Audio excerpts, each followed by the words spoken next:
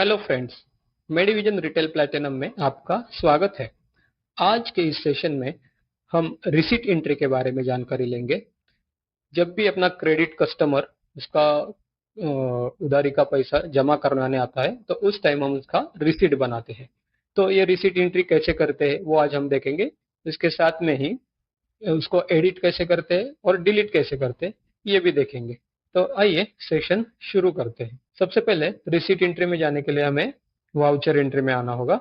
ये देखिए, voucher entry में आने के बाद यहाँ पे नीचे F6 रिसीट बटन दिया हुआ है, तो हम जैसे ही F6 प्रेस करेंगे तो रिसीट एंट्री में आ जाएंगे। तो रिसीट में आने के बाद यहाँ पे सबसे पहले ऊपर डेट दिखेगा, जो करंट डेट है। उसको एंटर करते ही आपको यहाँ पे आपके कस्टमर का नाम डालना है जिसने पैसा जमा करना है। तो हम अभी अमोल मिश्रा लेते हैं। जैसे ही कस्टमर का नाम डालेंगे यहाँ पे उसका जो भी बैलेंस है वो शो करेगा। ये देखिए 6,000 रुपीज दिख रहे हैं वहाँ पे। उसने समझो अभी इसमें से 2,000 रुपीज जमा कर दिए, तो हम यहाँ पे 2,000 लिखेंगे। और यहाँ पे आगे उसने पैसे कैसे जमा किए, कैश में किए तो कैश अकाउंट लेंगे। अगर उसने कुछ बैंक ट्रांसफर किया है तो यहाँ पे जिस हमारे जिस बैंक में पैसा आया है उस बैंक का अकाउंट यहाँ पे सिलेक्ट करना है। उसके बाद में अगर चेक ट्रांसफर है तो उसका चेक नंबर यहाँ पे आएगा। अगर उसने एनईएफटी या डायरेक्टली पेमेंट ट्रांसफर किया है तो यहाँ पे ट्रांजेक्शन डिटेल जो है वो आएगा, उसका ट्रांजेक्शन नंबर। उसके बाद चेक डेट, मतलब जो भी चेक का डेट रहेगा, और चेक का क्लियरिंग डेट।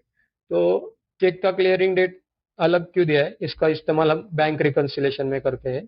क्योंकि कभी कभी क्या होता है कि बैंक में अगले दिन एंट्री रिफ्लेक्ट होता है, तो उस टाइम पे उसका क्लियरिंग डेट जो होता है वो अगला डेट होता है। इसलिए इसको क्लियरिंग डेट दिया हुआ है यहाँ पे। आप इसको बैंक स्टेटमेंट देख के बाद में भी एडिट कर सकते हैं। उसके बाद नरेशन में ये किसने पैसे जमा करवाए, अगर उसके किसी फैमिली मेंबर ने किए तो उसका नाम आप यहाँ पे लिख के रख सकते हैं। अभी आपने जब इस कस्टमर का नाम लिखा यहाँ पे, तो उसने कुछ बिल के डिटेल्स हमें नहीं दिखाए कि कौन से बिल पेंडिंग है। क्योंकि ये कस्टमर जब हमने क्रिएट किया तो उस टाइम पे उसका बिल वाइज ट्रैकिंग का ऑप्शन था, वो नो रखा था। अगर बिल वाइज ट्रैकिंग का ऑप्शन यस रखते हैं तो कैसे इफेक्ट आएगा ये देखते हैं। हम यहाँ पे दूसरा कस्टमर लेते हैं। ये कंपनी का बिलिंग है हमारे पास, तो इस कंपनी का नाम लिखते हैं यहाँ पे। उसका नाम लिखते ही उसके जो भी पेंडिंग्स बिल है वो हमें सामने दिखाई देंगे। ये क्यों दिख रहे हैं, क्योंकि ये कस्टमर जब हमने क्रिएट किया था तो उस टाइम पे हमने बिल वाइज ट्रैकिंग को यस रखा था। अभी ये जो बिल्स है ये कंपनी के, तो कंपनी के कौन से एम्प्लॉय के बिल है वो भी हमें यहाँ पे दिखते हैं। क्योंकि ये देखिए, उसका पहला बिल जो है वो विनय के नाम पे, दूसरा जो है वो सागर। जैसे ही ऊपर नाम चेंज हो रहा है, जैसे हम बिल के ऊपर कर्सर मूव कर रहे हैं, तो ये देखिए। तो अभी हमें इसमें से सिर्फ विनय के ही बिल चाहिए, बाकी लोगों के नहीं चाहिए। तो उस टाइम पे क्या करेंगे, इधर एक्सेप्ट कस्टमर का ऑप्शन दिया हुआ है F4 बटन, तो हम F4 प्रेस करेंगे।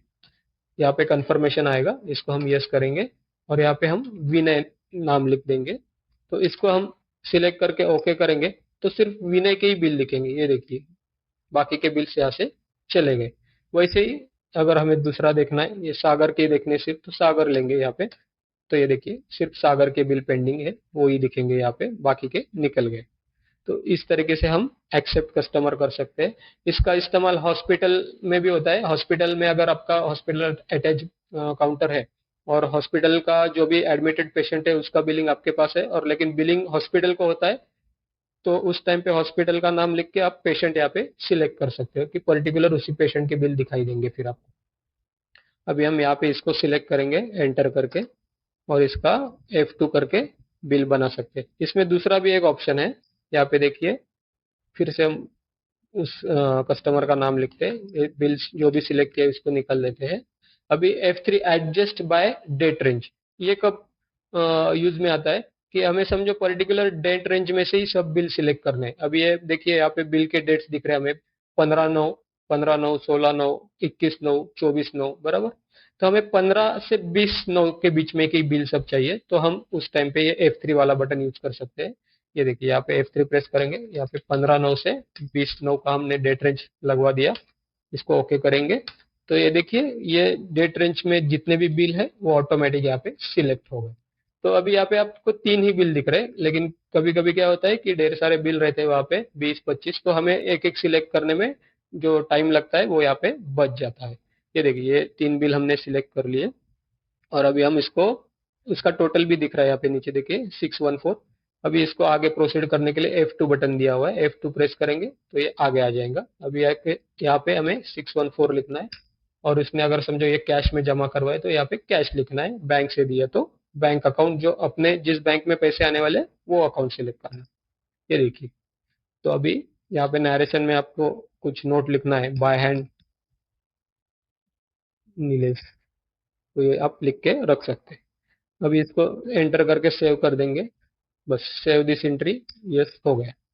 तो सेव होने के बाद अगर आपको इसका प्रिंट निकालना है तो प्रिंट निकाल के कस्टमर को दे सकते हैं, उसको मेल करना है तो डायरेक्टली मेल भी कर सकते हैं। ठीक है, ये एंट्री सेव हो गए। अभी इस एंट्री में हमें कुछ चेंजेस करना है, तो वो कैसे करते हैं? तो वो भी सिंपल है, यहाँ पे हम F12 बटन दबाएंगे। F12 में कोई भी वाउचर हम एडिट कर सकते हैं। हमें अभी रिसीट वाउचर एडिट करना है तो हम रिसीट सिलेक्ट करेंगे यहाँ पे, और यहाँ पे एक्शन आएगा। अभी एक्शन में क्या है कि एडिट व्यू, डिलीट और प्रिंट। ये एडिट व्यू वाला जो ऑप्शन है वही सिलेक्ट करेंगे, क्योंकि इसमें से हम डिलीट भी कर सकते हैं और प्रिंट भी निकाल सकते हैं, वो भी हम देखेंगे कैसे करते हैं। इसको हम सिलेक्ट करने के बाद अगर आपको रिसीट का नंबर पता है, RCPT-2 मुझे पता है, अभी ये मैंने सिलेक्ट किया और ओके किया, तो ये देखिए डायरेक्टली ये रिसीट ओपन हो गया यहाँ पे। अगर आपको नंबर पता नहीं है तो कोई बात नहीं, यहाँ पे हम इसको ब्लैंक रख देंगे और ओके करेंगे तो डेट रेंज पूछेगा। फिर ये आपको यहाँ पे डेट रेंज लगवाना है कि कौन से डेट रेंज का आपको रिसीट देखना है। अभी हम यहाँ पे एक ही दिन का देखते हैं, 17/10 का, तो ये 17/10 दोनों जगह लगवा दिया और इसको हम ओके करेंगे। ये देखिए, अभी आज के दिन के जितने भी रिसीट्स थे वो हमें यहाँ पे दिख रहे हैं। आज के दिन का एक ही है तो एक ही रिसीट दिख रहा है। तो इसको हम एंटर करेंगे, जैसे एंटर करेंगे वो एंट्री ओपन हो जाएगा। अभी आपको इसमें क्या चेंज करना है, समझो इसमें से ये बिल नहीं सिलेक्ट करना है, इसने 423 का ही पेमेंट किया तो इसको जीरो करके हम F2 करेंगे, अमाउंट चेंज कर देंगे, 423 कर देंगे यहाँ पे और इसको हम सेव कर देंगे। अगर एंट्री के अंदर कुछ भी चेंजेस किए तो उसको सेव करना जरूर है, वरना चेंजेस सेव नहीं होंगे। ये देखिए, दोबारा से प्रिंट निकाल सकते हैं या तो फिर ईमेल भी कर सकते हैं। ये देखिए, इसका अमाउंट भी 423 हो गया। अभी समझो ये एंट्री डिलीट करना है तो सिंपल है, इसको फिर से ओपन कीजिए, डिलीट का बटन नीचे दिया हुआ है उसको क्लिक कर दीजिए, या तो फिर Alt D ये की प्रेस करेंगे तो इसको डिलीट कर सकते हैं।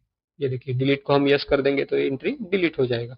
अगर आपको प्रिंट निकालना है तो प्रिंट का भी बटन नीचे दिया हुआ है, इसको क्लिक करके प्रिंट निकाल सकते हैं, या तो फिर दूसरा ऑप्शन है Alt P ये की प्रेस करेंगे तो इसका प्रिंट भी निकल जाएगा। तो आज के इस सेशन में हमने रिसीट एंट्री कैसे बनाते हैं वो देख लिया, उसको एडिट कैसे करते हैं और डिलीट कैसे करते हैं वो भी देख लिया, और रिसीट एंट्री के अंदर जो भी ऑप्शंस थे छोटे छोटे वो भी हमने देख लिए। धन्यवाद।